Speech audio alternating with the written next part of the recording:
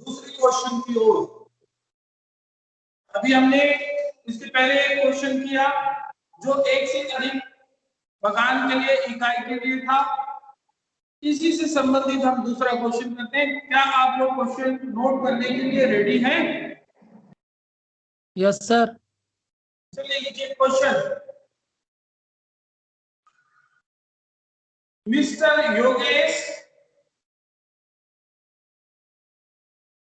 के निम्न विवरण से मकान संपत्ति से आय ज्ञात कीजिए। Compute income from house property for the following particulars of mister Yogesh house properties.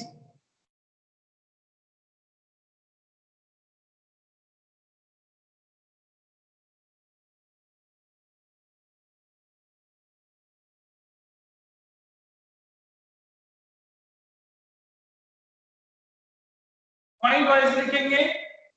प्रथम मकान, फर्स्ट हाउस।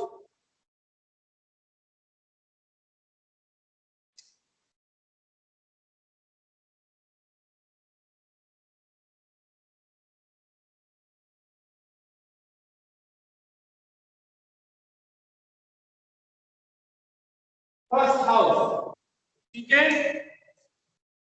नगर पालिका मूल्यांकन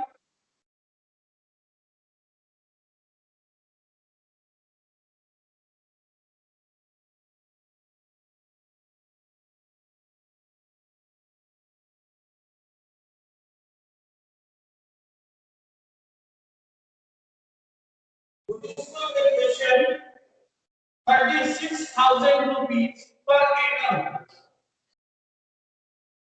नगर पालिका मूल्यांकन 36,000 रुपए वार्षिक। स्वयं के आवास हेतु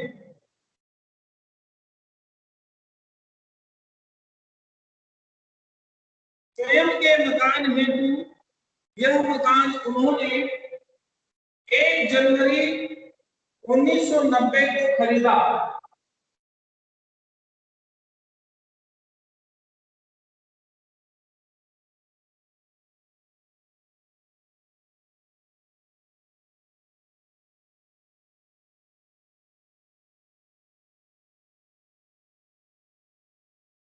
This house was purchased on 1 January 2019.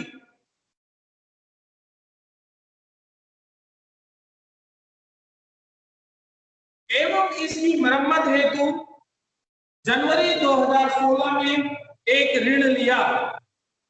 In January 2016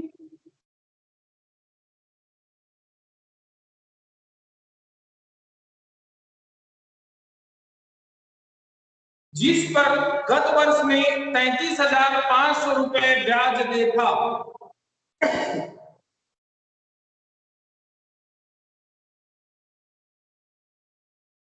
He obtained a loan for repair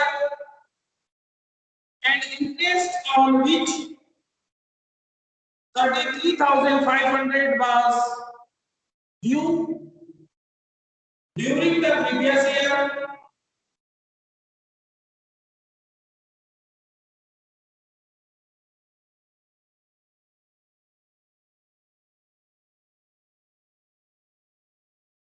मकान के अन्य व्यय मरम्मत एवं रख रखाव 2,000 रुपए, स्थानीय कर 6,000 रुपए।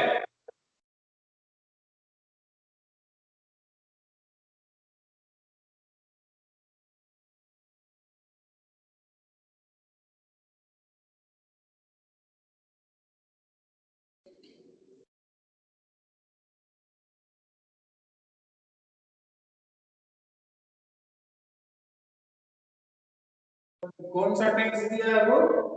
हाँ, फिर लिखेंगे other expenses of house repair and maintenance 2,000 rupees, municipal taxes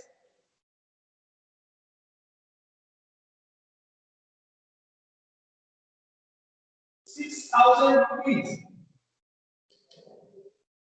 6,000 रुपए। दूसरा मकान पर आएंगे, सेकेंड हाउस,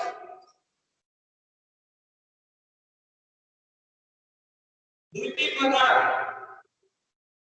इस मकान का नगर पालिका मूल्यांकन 9,000 रुपए है।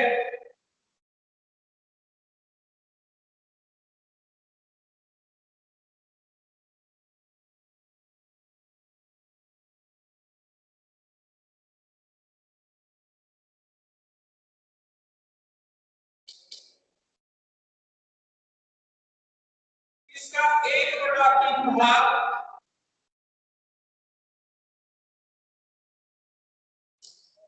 पुत्र के पढ़ने के लिए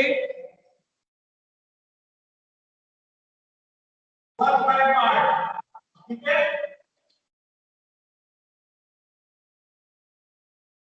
पढ़ने के लिए, और 2/3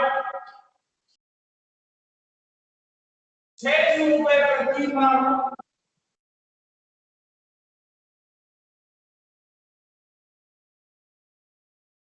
किराए पर दिया है। Second house, its municipal valuation is 9,000 rupees. Its 1/3 portion was occupied by his son for study, and remaining 2/3 part was laid out at the rent 600 rupees per month.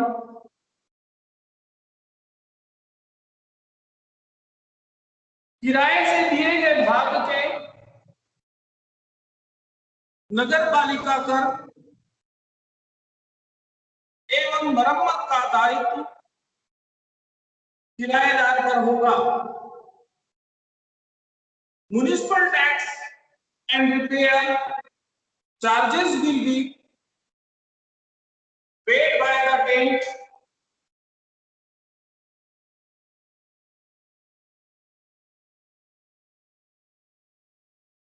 यह मकान 1990 में 1980 में बना।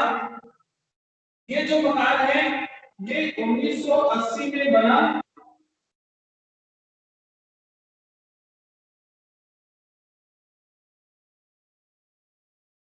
मकान के व्यय मरम्मत 1,200 रुपए। The house was constructed in 1980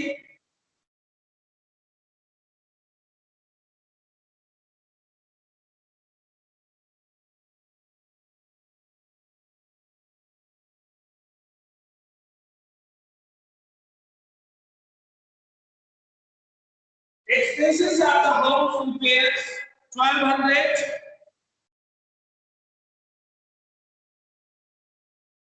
मकान का बीमा प्रीमियम ब्रैकेट में लिखेंगे 30 जून 2020 तक का भुगतान 450 रुपए। Insurance premium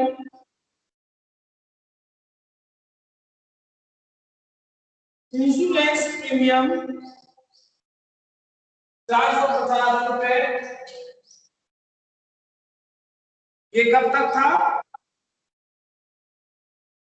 30 June 2020।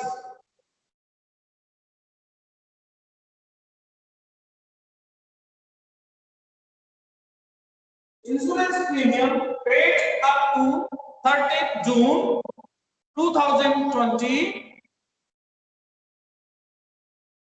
450 rupees, and municipal tax was paid 900 rupees.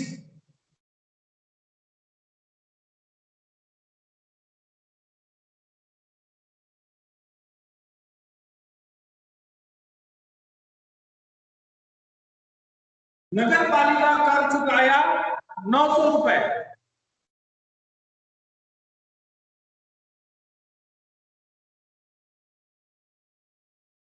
तीसरा मकान, तृतीय मकान, थर्ड हाउस,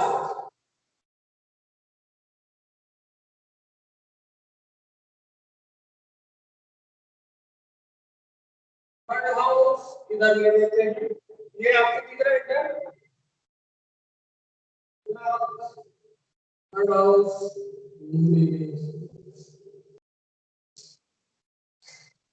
थर्ड हाउस,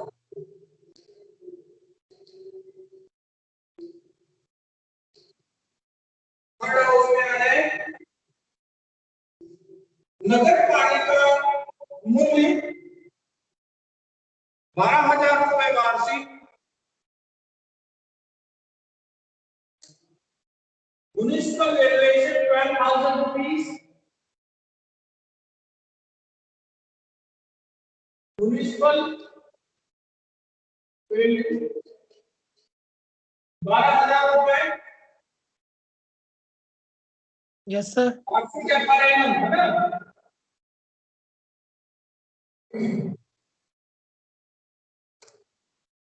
यह मकान उन्होंने अपने भाई को बिना किराए से रहने के लिए दिया है। ये जो थर्ड मकान है उसको अपने भाई को बिना किराए से रहने के लिए दिया है। This house was given to his brother for residence without rent.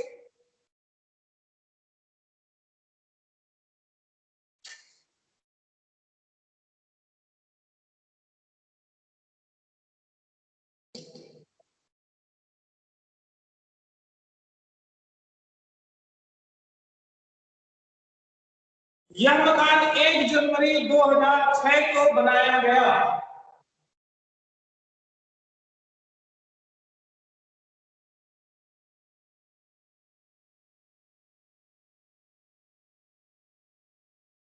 The house was constructed on 1st January 2006.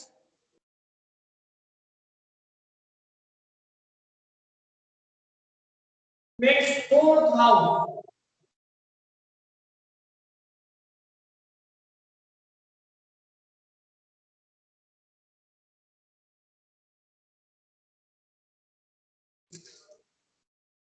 चौथा मकान, चतुर्थ मकान, नगर पालिका मूल्य 5,000 रुपए वार्षिक,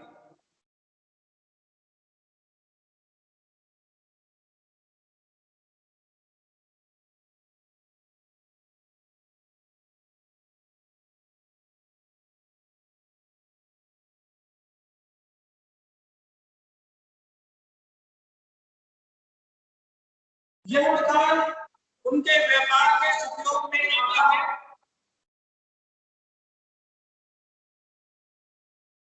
इस मकान के में 2,000 रुपए लाभ हानि खाते में डेबिट किए गए। इस मकान के वे 2,000 रुपए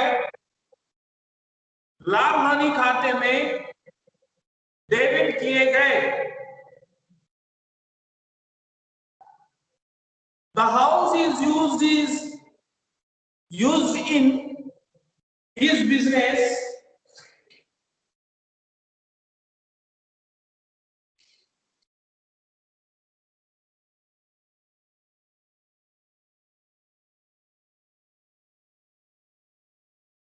expenses 2,000 rupees of this house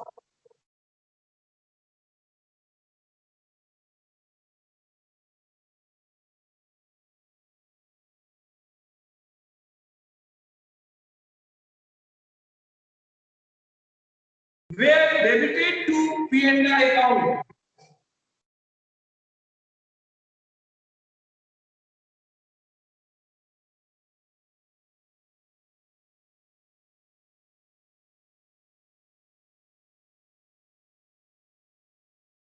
उन्होंने द्वितीय मकान को बंधक रखकर इस मकान मॉर्गेज रखा, ठीक है ना। सेकंड मकान जो है इसको उन्होंने ये यहाँ पे complete हो गया। अब इसके बाद सेकंड जो मकान था उसको मॉर्गेज रख रहा है, बंधक रख रहा है, बंधक रखा, मॉर्गेज किया और मॉर्गेज करके उसको 30,000 रुपए का एक ऋण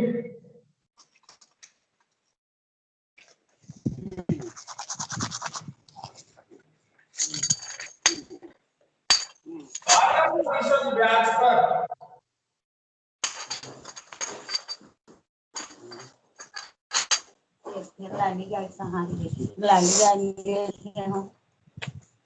माइक कुछ रखेंगे।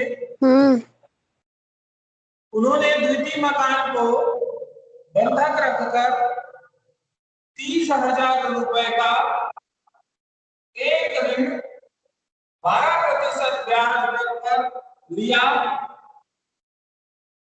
ऋण का उपयोग निम्न कार्यों पर किया गया। पहला जो है मकान के लिए, ठीक है, तृतीय मकान के सुधार है 10,000 रुपए और व्यापार के उपयोग हेतु बिजनेस यूज के लिए 20,000 रुपए। व्यापार के उपयोग हेतु 20,000 रुपए। He took a mortgage loan 30,000 rupees at the rate 12% interest on second house. The loan was used for following purpose. First, 10,000 rupees for repairing of third house, and second 20,000 rupees for business.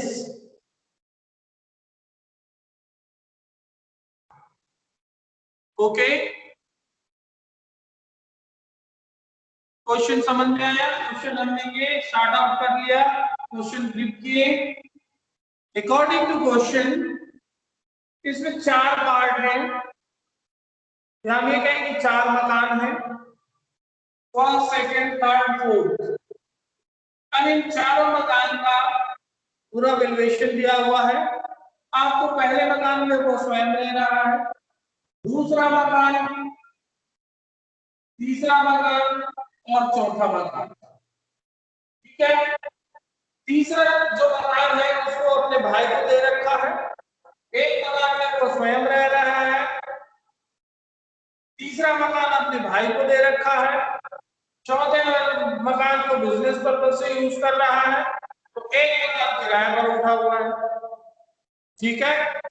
अब इसमें से ध्यान देना है आपको ये भी कि जो सेकंड मकान है उसको उसने गिरवी भी रखा हुआ है और गिरवी करके जो पैसा उसने लोन के रूप में लिया है उस लोन का उपयोग भी वो दो मकानों पर, एक मकान पर करता है, तीसरी मकान जो कि जिसको अपने भाई को दे रखा है उस मकान के मरम्मत के लिए उपयोग करता है उसमें से कुछ पैसों का, और कुछ पैसों का उपयोग कहाँ कर रहा है, वो व्यवसाय में कर रहा है। अब इसके आधार पर इसकी मकान संपत्ति से आय की गणना करनी है, तो हम एक एक मकान को लेकर चलते हैं।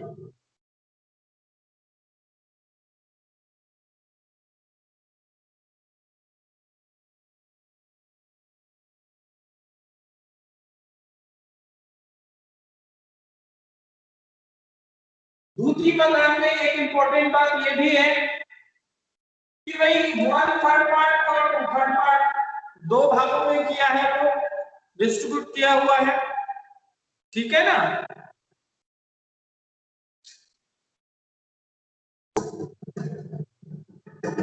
चलिए कंप्लीट हो गया क्वेश्चन आप लोगों का। ये शॉर्ट कर लिए हैं आप लोग? Yes sir.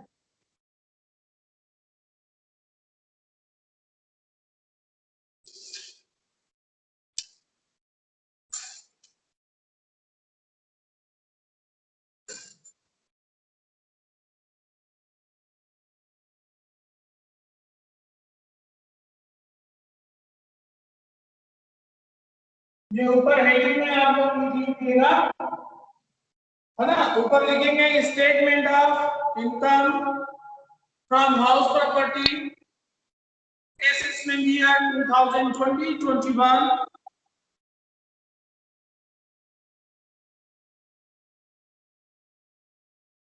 अब देखिए, इसमें कुछ कुछ बातें ध्यान रखनी है जो कि आप शॉर्ट नोट के रूप में रख सकते हैं। हमने जो हाउस प्रॉपर्टी एक्ट जो पढ़ा है, उस एक्ट में कोई भी व्यक्ति जो है अधिकतम 2 मकान को अपने स्वयं के निवास के लिए रख सकता है, ठीक है? अर्थात कर निर्धारण वर्ष 2020-21 से करदाता स्वयं के आवास हेतु या निवास हेतु रेसिडेंस के लिए कर मुक्त के लिए 2 मकान के लिए पात्र है, यानी उसकी एलिजिबिलिटी जो है वो 2 मकान के लिए है कर निर्धारण वर्ष 2020-21 से। यहां पर करदाता जो है वो पहले मकान में स्वयं रह रहा है और दूसरे मकान का 1/3 भाग अपने पुत्र के उपयोग के लिए, अपने बेटे को उसको यूज के लिए उसको दे रखा है। तो ऐसी दशा में इन्हें स्वयं का माना जाएगा और जब उसको स्वयं का माना जाएगा तो वह कर मुक्त होगा। तो प्रथम मकान की मरम्मत के लिए जो ऋण लिया है वो भी ध्यान रखना होगा। ये 1 जनवरी 1990 यानी 31 मार्च 1999 के बाद लिया गया है। फिर भी इसमें जो अधिकतम सीमा की कटौती होगी वो भी आपको ही बता दे रहा हूं, एक एक का जब हम कैलकुलेशन कर रहे थे। यहाँ पर ब्याज की अधिकतम कटौती जो है 30,000 रुपए ही मिलेगी उसको। क्यों मिलेगी? क्योंकि ऋण मकान निर्माण या उसका क्रय इसके लिए नहीं लिया गया है। किस चीज के लिए लिया गया है? बल्कि मरम्मत के लिए लिया गया है। तो यहाँ पर उसकी अधिकतम सीमा कितनी होगी? 30,000 रुपए। दूसरी यहाँ पर मुख्य बात आपको यह भी ध्यान रखना होगा, इस क्वेश्चन को पढ़ने से और उसके उपरांत इसकी समीक्षा करने से ये ज्ञात होता है, यानी कि अकॉर्डिंग टू क्वेश्चन एनालिसिस जब हम करते हैं तो ये पाते हैं कि इसमें जो सेकंड मकान है, सेकंड मकान का एक पार्ट तो वो अपने बेटे को दे रखा है उसके उपयोग के लिए, दूसरा भाग यानी कि 2/3 पार्ट है। तो उसी मकान का जो 2/3 भाग है, 2/3 भाग, उसको उसने किराए पर दिया है। कितने रुपए? 600 रुपए प्रति माह किराए पर दिया हुआ है। तो इसका मूल्यांकन किराए से दिए गए मकान के नियमों के तहत किए जाएंगे अकॉर्डिंग टू लॉ। अब इसमें तीसरा जो मकान है, तो तीसरा मकान किराए से दिया माना जाएगा। इसकी मरम्मत में ब्याज की जो कटौती है ये मान्य होगी,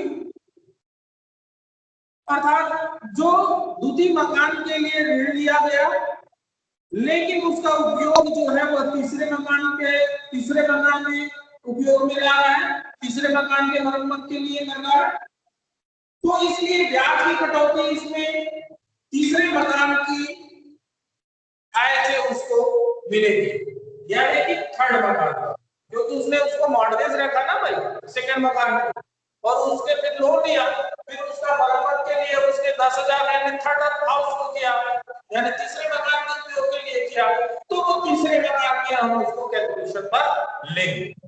चलिए अब हम क्वेश्चन स्टार्ट करते हैं उसका सॉल्व।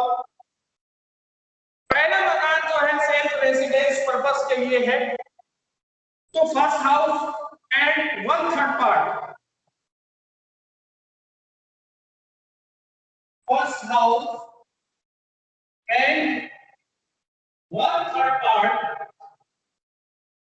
ठीक, कौन सा सेकंड मकान का 1/3 पार्ट, ठीक है। ये दोनों क्या हो गई, मैक्सिमम 2 मकान का कर सकते हैं, ठीक है, जो कि मैंने अभी बताया मैक्सिमम 2 मकान। तो ये 2 मकान का लिए हमने। अब इसमें इसकी एनुअल जो रेंट है, एनुअल वैल्यू, एनुअल वैल्यू क्या हो जाएगा इसका, वो दोनों को मिलाकर दोनों को ले लें, वो क्या हो जाएगा, मीन, ठीक है, ये मीन हो जाएगा। यहाँ पर 3 कॉलम करना, मैंने 2 ही कॉलम रखा है, एक कॉलम और बना लीजिएगा, ठीक है, ये 2 कॉलम रखेंगे, तीसरा कॉलम कौन है, ये रुपए का, ये रुपए का। अब इसमें माइनस क्या चीज करेंगे, माइनस लोन है, ठीक है, interest on loan,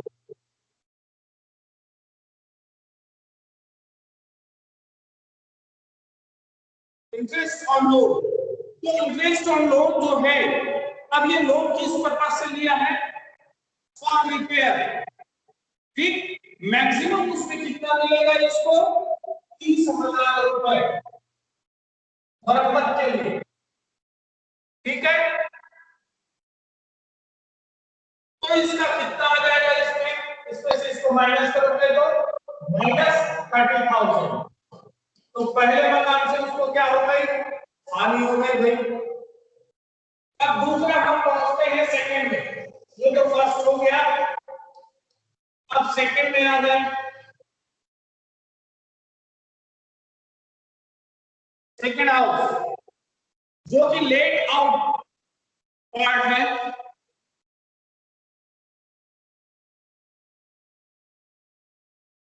let out यानी कि किराए पर दिया हुआ है सेकंड वाला। अब इसका कितना भाग दिया है, 1/3 तो हमने ऊपर ले लिया, फर्स्ट में जो है उसके बच्चे के लिए रह रहा है, तो ये कितना पार्ट हुआ, 2/3 पार्ट, ठीक है, 2/3 पार्ट का ले रहे। तो रेंटल पोर्शन इसका जो है, एक्चुअल रेंट जो है उसको देखिए, एक्चुअल रेंट कितना है उसका, कितने रुपए पर दिया है 2/3 पार्ट को, 600 रुपए प्रति माह पर दिया हुआ, ठीक है, 600 रुपए प्रति माह पर मंथ।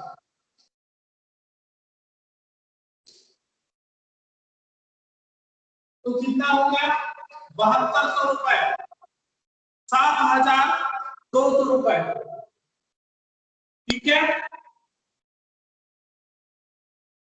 इसको यही बना सकते हैं, हाँ उधर अपन ने लिए है ना एक कॉलम, ठीक है, इसको यही करें,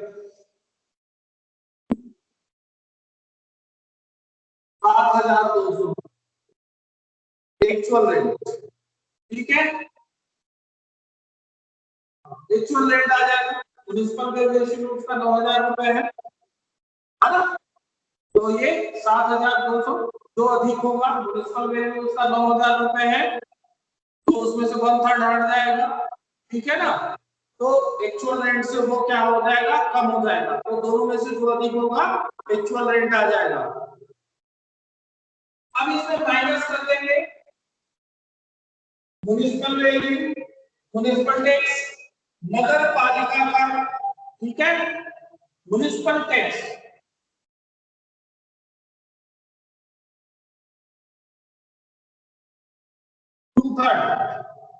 तो म्युनिसिपल टैक्स कितना दिया हुआ है भाई, म्युनिसिपल टैक्स है 900 रुपए, तो 900 रुपए आपका दिया हुआ है, ठीक है। अब इसमें म्युनिसिपल टैक्स जो है इस मकान में, तो द्वितीय मकान के लिए जो म्युनिसिपल टैक्स है उसके लिए इसने ये कहा है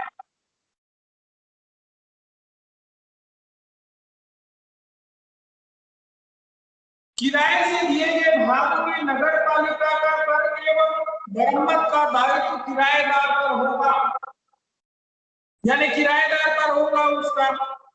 तो ऐसी स्थिति में पेड बाय टेन तो क्या हो जाएगा, ये नीट हो जाएगा, शॉर्ट नोट में डालेंगे इसको, ठीक है।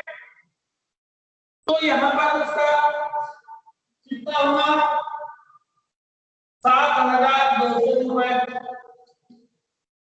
ये क्या चीज आ गई आपकी नेट एनुअल वैल्यू,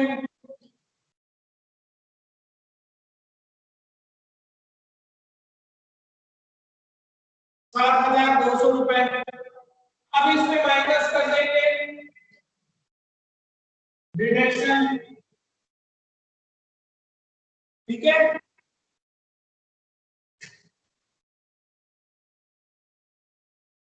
तो पहला आपका नेट एनुअल वैल्यू का 30%, तो 7,200 का कितना हो गया, कितना हो जाएगा, 7,7200 रुपए का 30%, 2,160, 30%। इसमें माइनस कर दीजिए इसको, कितना बच जाएगा, 7,200 में 2,160 जाएगा तो 5,040। ये माइनस पे है तो आप इसको ऐसा कर सकते हो, ब्रैकेट मतलब माइनस, ये आ जाएगा आपका 5,040 रुपए प्लस दूसरी मकान से उसको लाभ हुआ। अब हम आते हैं थर्ड हाउस।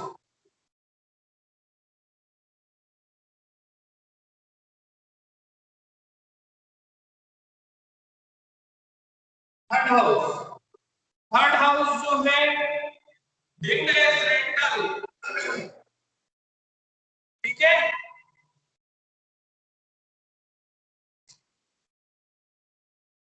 अपने भाई को रहने के लिए दिया हुआ है, रेंटल के रूप में मानेंगे, ठीक। क्योंकि दो मकान को हमने क्या किया, पहले ही ले लिया, मैक्सिमम 2 मकान में उसको छूट मिलेगी, तो तीसरी मकान क्या होगी, उसको उसके भाई को दिया तो उसको रेंट पे डाल दिया गया। अब इसमें इसका ग्रास एनुअल वैल्यू,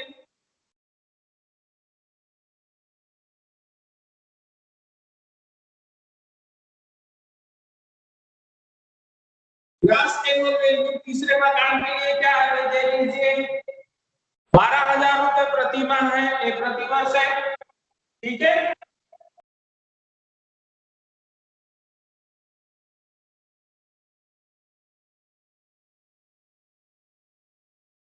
₹12,000 प्रति वर्ष है, इसमें माइनस कर देंगे municipal value, sorry municipal tax, ठीक है ना। म्युनिसिपल टैक्स कितना दिया हुआ है,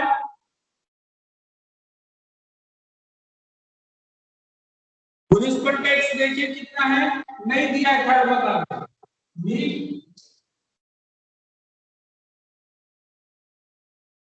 थर्ड मकान में नहीं है म्युनिसिपल टैक्स, ठीक है। तो ये क्या हो गया, नेट एनुअल वैल्यू, शॉर्टकट में लिख दे रहा हूं ना, नेट एनुअल वैल्यू। अब नेट एनुअल वैल्यू के बाद फिर हम क्या करते हैं, इसमें डिडक्शन माइनस करेंगे, माइनस डिडक्शन, तो एनुअल वैल्यू का कितना, 40%, नेट एनुअल वैल्यू का 30%, ठीक है। कितना आ जाएगा, ये स्टैंडर्ड डिडक्शन के अंतर्गत मिलेगा, स्टैंडर्ड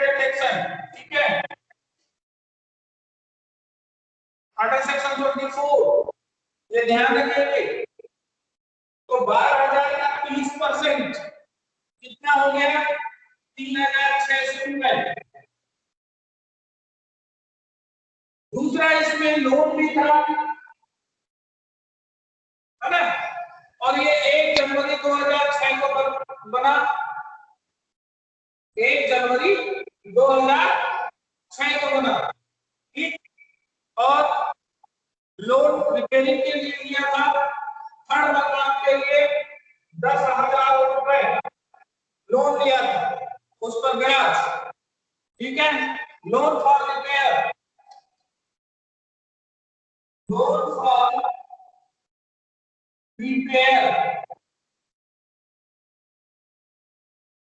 लोन फॉर रिपेयर कितना हो जाएगा? ये इसका 1,200 रुपए।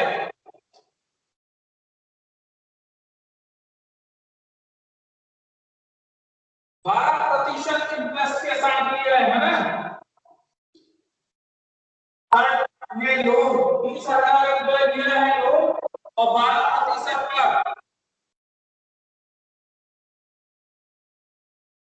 तो ये कितना हो गया? 4,800 रुपए, ठीक है। 12,000 में 4,800 रुपए माइनस कर दीजिए, कितना बचेगा? 7,200 रुपए। इससे भी इसको प्रॉफिट हुआ, दिख रहा है ये नीचे 7,200 रुपए।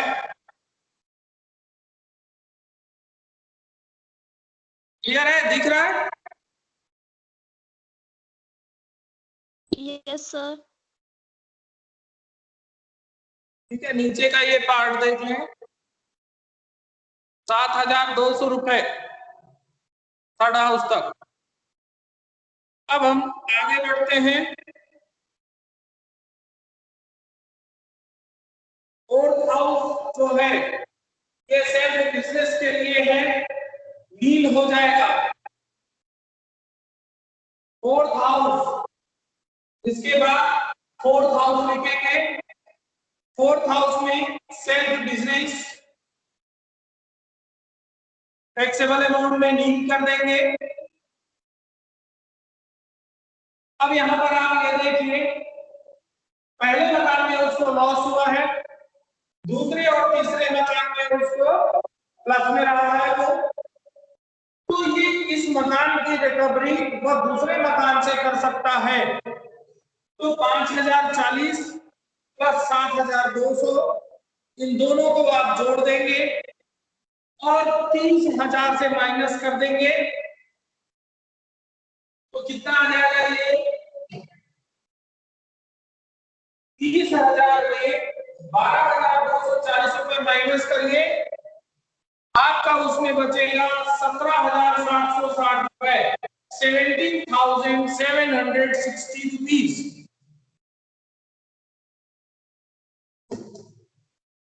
ये कहलाएगा इनकम फ्रॉम हाउस प्रॉपर्टी।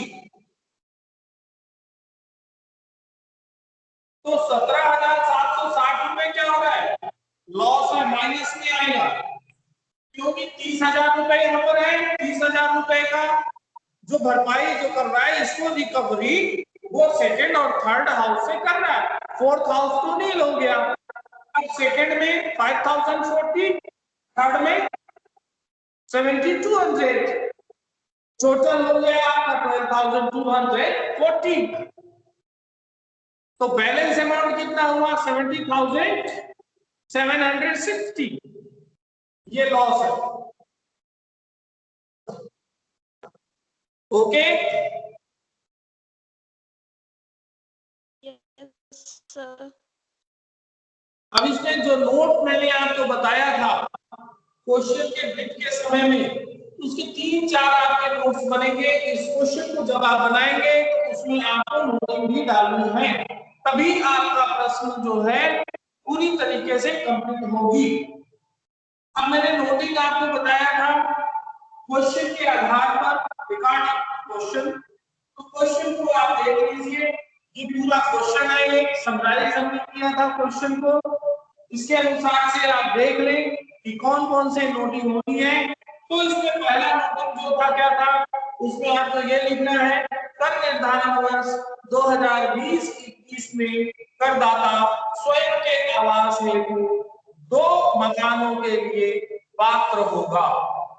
यहाँ पर करदाता जो है फर्स्ट जो मकान है उसमें स्वयं रह रहा है और सेकंड मकान में 1/3 भाग को अपने बेटे को दे रखा है। तो इन दोनों मकानों को हमने यहाँ पर एग्जाम्पल के रूप में मान लिया, 2 मकान को, ठीक है।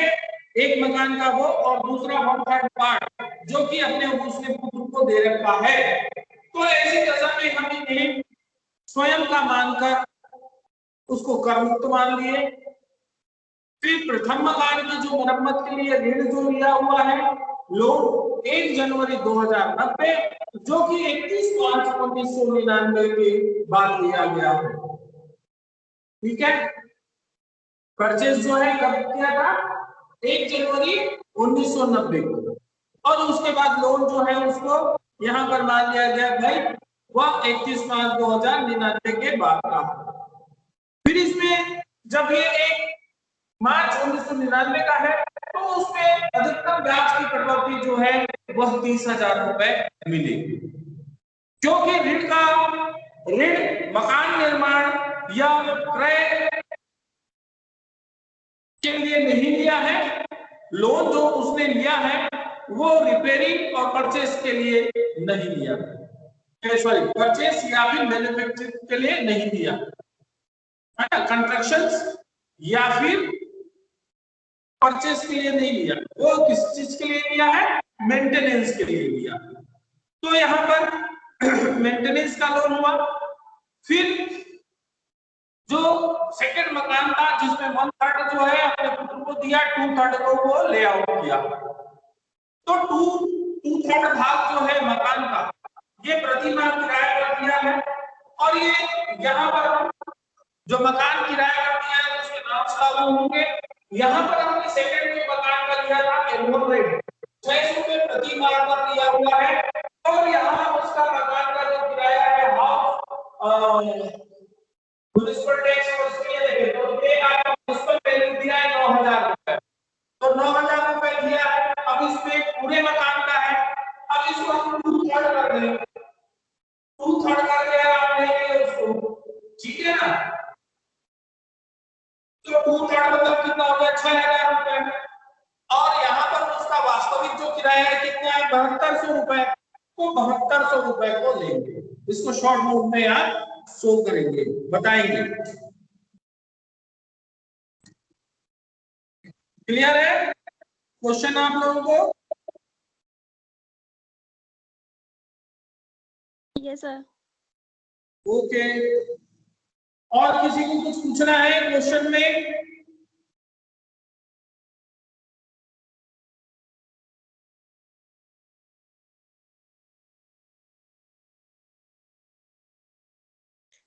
सर का कुछ डाउट था मुझे।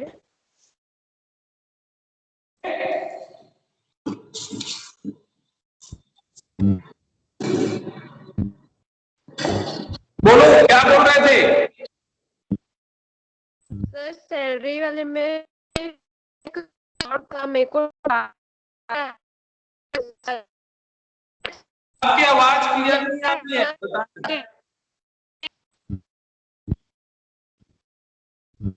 आपकी आवाज क्लियर नहीं आ रही है। ट्रांसपोर्ट हाँ ट्रांसपोर्ट अलाउंस जो है हाँ, सैलरी वो सर फुल्ली सैलरी का टैक्सेबल क्या? होगा? Yes sir. तो सैलरी अभी अपन हाउस प्रॉपर्टी चल रहा है, आप सैलरी का पूछ रहे हैं?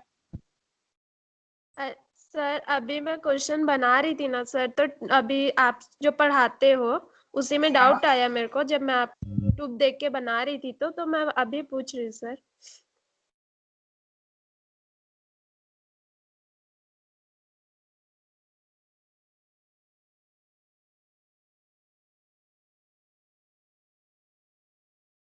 देखिए आप एक काम करिए, आपको जो डाउट है वो आप मेरे से पूछ सकते हैं, ठीक है। आप अपने जो डाउट हैं वो मेरे को लिखकर भेज दीजिए, मैं आपको सॉल्व कर दूंगा, ठीक। ग्रुप में आप जुड़े हुए हैं, ठीक है सर। आप अपने प्रॉब्लम्स को उसमें राइट डाउन कर सकते हो, बता सकते हो, या जब अपन क्लास स्टार्ट करते हैं उस समय आप मेरे से वो डाउट क्लियर कर लीजिए, yes sir. Okay. Thank you sir. आप लोग तो ये मैं वीडियो भी डाल रहा हूँ तो वो तो देखते ही नहीं हो आप लोग। देखते हैं ना सर। नहीं, कोई नहीं देखता, मैं तो देखता हूँ रोज, मैं उसमें रीड करता हूँ, देखता हूँ कि कितने लोगों ने देखा, क्या किया। आप लोगों ने ना ही सब्सक्राइब किया हुआ है और ना ही आप लोग देखते हैं।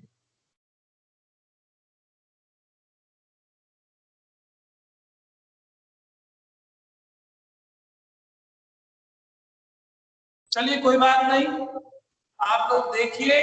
आप लोगों को यदि कोई चीज समझ में नहीं आती है और यदि आपको ये ठीक लगता है, जो वीडियो हम अपलोड कर दे रहे हैं, आपको जो समझा रहे हैं, यदि आपको ठीक लगता है, आप लोगों को आसानी से समझ में आ जा रहा है, तो आप उसको देखिए, समझिए। और यदि आपको कहीं पर कोई डाउट लगता है या कोई क्वेश्चन होगा तो उन क्वेश्चनों को भी आप मेरे से पूछ सकते हैं। तो जब आप वीडियो देखेंगे उस समय आपका उस मैसेज बॉक्स है, डिस्क्रिप्शन है, उसमें आप कर दीजिए, तो मैं जब अपलोड